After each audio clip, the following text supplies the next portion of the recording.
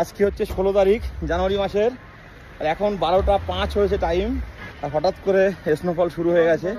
Prediction ছিল 20-21 তারিখে, but আজকে ওয়েদারটা সকাল থেকে খারাপ ছিল, মনে হচ্ছিল যে স্নোফল হবে। মনে হতে হতে 12টা 5 স্নোফল শুরু হয়ে গেছে ভালো রকম। লাস্ট স্নোফল হয়েছিল 5 তারিখ না 6 তারিখ জানুয়ারি মাসের, বেশ ভালোই হয়েছিল, সেটা জমেছিল। তারপর মেল্ট হতে হতে প্রায় মেল্ট হয়ে গেছিল, আবার আজকে স্নোফল শুরু হয়েছে। যাই হোক, কথা না বাড়িয়ে আপনাদের আগে দেখাই স্নোফলটা। তবে এই জায়গায় অত ভালো লাগবে না, কারণ আমি মার্কেটের মধ্যে দিয়ে হাঁটছি। আর একটু আগে গেলে, আমরা যেখানে থাকি ভিতরের দিকে ঢুকলে দুর্দান্ত সুন্দর লাগবে। দেখুন ওয়েদার কিন্তু আরও খারাপ হচ্ছে, আর স্নোগুলো দেখুন কীভাবে সব কিছু সাদা করে দিচ্ছে।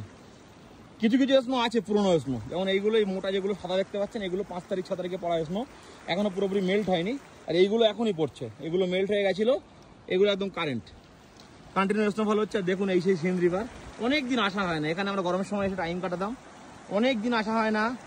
তো আজকে একটু সময় পেয়েছি, কালকে যেহেতু আমাদের গেস্টটা চলে গেছে, তো আজকে রেস্ট করছিলাম বাড়িতে, তারপর একটু কিচেনের দিকে গেছিলাম, তো দেখলাম হঠাৎ করে স্নোফল শুরু হয়ে গেছে। এই জন্য মার্কেটের দিকটা তো আপনাদের দেখালাম, আর ভাবলাম যে এই জায়গায় এসে একটু ভিডিও করি। এই জায়গাটা আমার খুব দুর্দান্ত লাগে।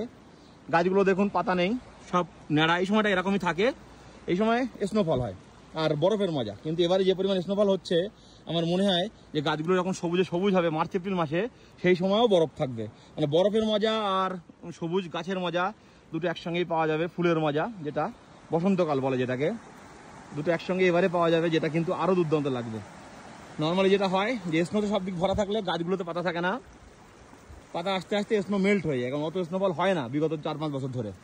বিশ্ব উষ্ণায়ন বা গ্লোবাল ওয়ার্মিং, তার জন্য কিন্তু সব জায়গায় ঠান্ডা কমছে, কিন্তু এইবারে অত্যাধিক ঠান্ডা পড়ছে, আর চিল্লাই কালালি চলছে, আর বরফের চাপও খুব বেশি আছে। তার জন্য এই বরফ মেল্ট হতে অনেক সময় লাগবে। তার মধ্যে গাছে সব পাতা চলে আসবে, গাছগুলো সবুজ হয়ে যাবে। তো নিচে বরফ আর উপরে সবুজ পাতাওয়ালা গাছ, দুটো জিনিসের কম্বিনেশনে কেমন লাগে সেটাই দেখা। আর এই জায়গাটা দেখুন কত সুন্দর লাগছে।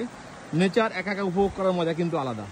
এখন সোনমার্গ, গুলমার্গ, দুধপাথরি, পেহেলগাম সব জায়গায় বরফ পড়ছে, কিন্তু সেখানে প্রচুর ভিড় পাবেন আপনারা। তবে কিছু কিছু সময় লোকজন থাকলেও ভালো লাগে, সব সময় না। যাই হোক, আর কথা বলাচ্ছি না, আমিও বাড়ির দিকে যাই। এটা দেখানোর জন্য একটু এই দিকটাতে এসেছিলাম। আপনারা যারা আমাকে ফলো করেন অনেক আগে থেকে, তারা জানেন যে গরমের সময় আমরা এখানে এসে বসে থাকি, আমি আর ঈশানী।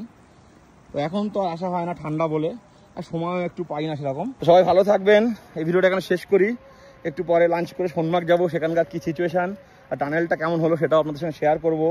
আর আপনারা যদি ট্যুর করতে চান, কাস্টমাইজ ট্যুর, যে কোনো ট্যুর, হানিমুন ট্যুর, ফ্যামিলি যদি আসতে চান, ফ্রেন্ডসরা যদি আসতে চান, গ্রুপ ট্যুর যদি হন, সমস্ত কিছু আমি কিন্তু অ্যারেঞ্জ করে দিই। এবং বাঙালি খাওয়া দাওয়ার সাথে, নিজের কিচেন আছে, যারা আপনার ভিডিও ফলো করেন জানেন, আমি বাঙালি খাওয়া দাওয়া প্রোভাইড করি।